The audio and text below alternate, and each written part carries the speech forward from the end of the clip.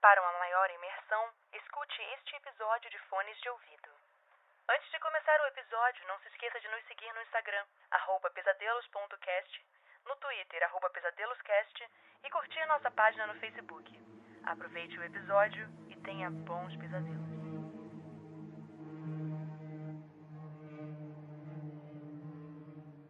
Minha Casa, por William Camargo.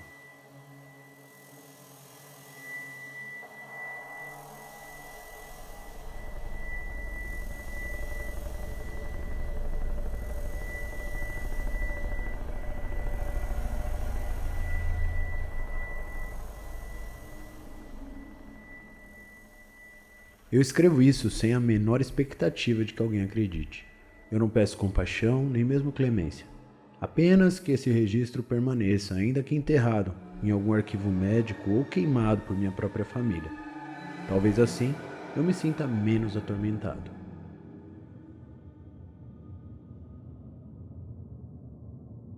Era uma noite comum, se é que qualquer noite pode ser chamada assim depois do que aconteceu. Eu tinha voltado da cidade, onde passara o dia resolvendo documentos do inventário de meu pai. Ele estava morto, fazia um mês. Morto de uma forma tão simples que parecia quase cruel em sua banalidade. Parada cardíaca durante o sono. Mas mesmo antes do velório, eu sentia que havia algo inacabado. Como se parte dele insistisse em permanecer, ou como se uma parte de mim houvesse ficado presa no quarto onde ele morreu. A casa era uma dessas construções rurais antigas, madeira e pedras unidas por camadas de umidade. Meu pai dizia que ela era orgânica, como se respirasse conosco. Quando criança eu achava essa ideia bonita. Agora não. Foi só depois da morte dele que eu descobri documentos antigos, recortes de jornais, cartas mal conservadas, mencionando que a propriedade fora erguida sobre o alicerce de um outro edifício queimado há quase 2 séculos. Um templo ou uma capela dissidente. Ninguém sabia o certo. O rumor mais persistente dizia que naquele lugar um ritual jamais concluído fora interrompido por um incêndio. Alguns chamavam aquilo de falso culto, outros de tentativa de aliança. Eu não sabia o que significava a palavra aliança ao certo, mas ela parecia repetida em várias cartas, sempre acompanhada de frases truncadas, como se o escritor tivesse preferido não terminar o raciocínio. Quando criança, eu me acostumei ao fato de que a casa rangia em momentos em que tudo lá fora estava quieto. À noite, havia estalos profundos nas paredes, como se ela se reacomodasse. Certa vez, perguntei ao meu pai por que o teto suspirava. Ele apenas sorriu, pálido, e disse que a casa guardava a gente. Eu queria ter perguntado o que ele quis dizer com isso, mas eu nunca tive coragem, e agora é tarde. Naquela noite eu decidi dormir na cama dele. Eu não sei bem o porquê. Talvez uma tentativa de me reconciliar com algo que eu não admitia em voz alta. Talvez uma superstição doente.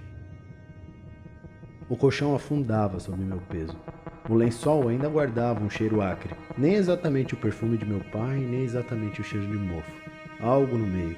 Algo que me trouxe náusea.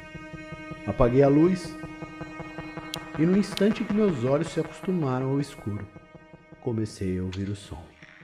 Era o que eu poderia descrever como uma respiração, mas não a minha. Um ritmo irregular, arfado, como se alguém se esforçasse para conter soluços. Eu quis acreditar que fosse apenas o vento, mas o vento não tem pausa. Me virei na cama e o som continuava. Senti meu coração martelar dentro do meu crânio, um pulso quente e úmido que me entorpecia. Eu podia jurar que vinha de dentro do colchão. Eu quis levantar, juro por Deus, eu quis levantar, mas meus músculos não obedeciam, como se todo o meu corpo tivesse sido embalsamado naquele instante. Só os olhos se moviam, de um lado para o outro, tentando rastrear aquele ruído doente. Então, entre 2 respirações, veio a voz. Foi um murmúrio, tão baixo que eu pensei tê-lo inventado. Mas ele voltou, mais claro, rasgando o silêncio. Você se lembra do que me prometeu? A voz era do meu pai, mas não exatamente. Havia uma afonia nela, como se a garganta tivesse apodrecido, como se cada sílaba fosse empurrada por uma língua fria e inchada. Eu não respondi, eu não podia. O som do meu coração estava tão alto que eu pensei que meus tímpanos fossem estourar. O quarto parecia se comprimir em torno de mim, o ar ficando denso e oleoso. Eu quis acreditar que era um sonho. Você prometeu que nunca me deixaria sozinho. O colchão se moveu. Algo inflou sobre minhas costas, como se algo dentro do colchão tomasse ar.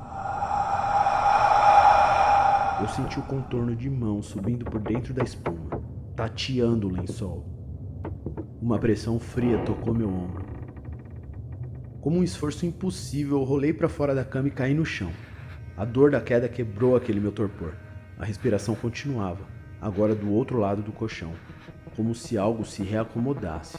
E eu não quis olhar, mas olhei, porque sempre olhamos. A superfície do colchão pulsava. O tecido erguia-se e afundava em uma cadência com aquele som úmido.